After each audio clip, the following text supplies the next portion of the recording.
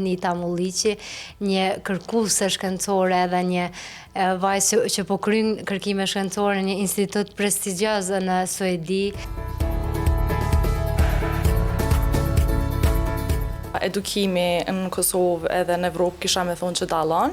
Mendoj që Universiteti i Prishtinës të krijon, ta jap një shprehi të punës ty si student, mirë po aftësitë për kërkime shkencore mendoj që i kom fituar edhe kur kom dalë jashtë Universitetit të Prishtinës.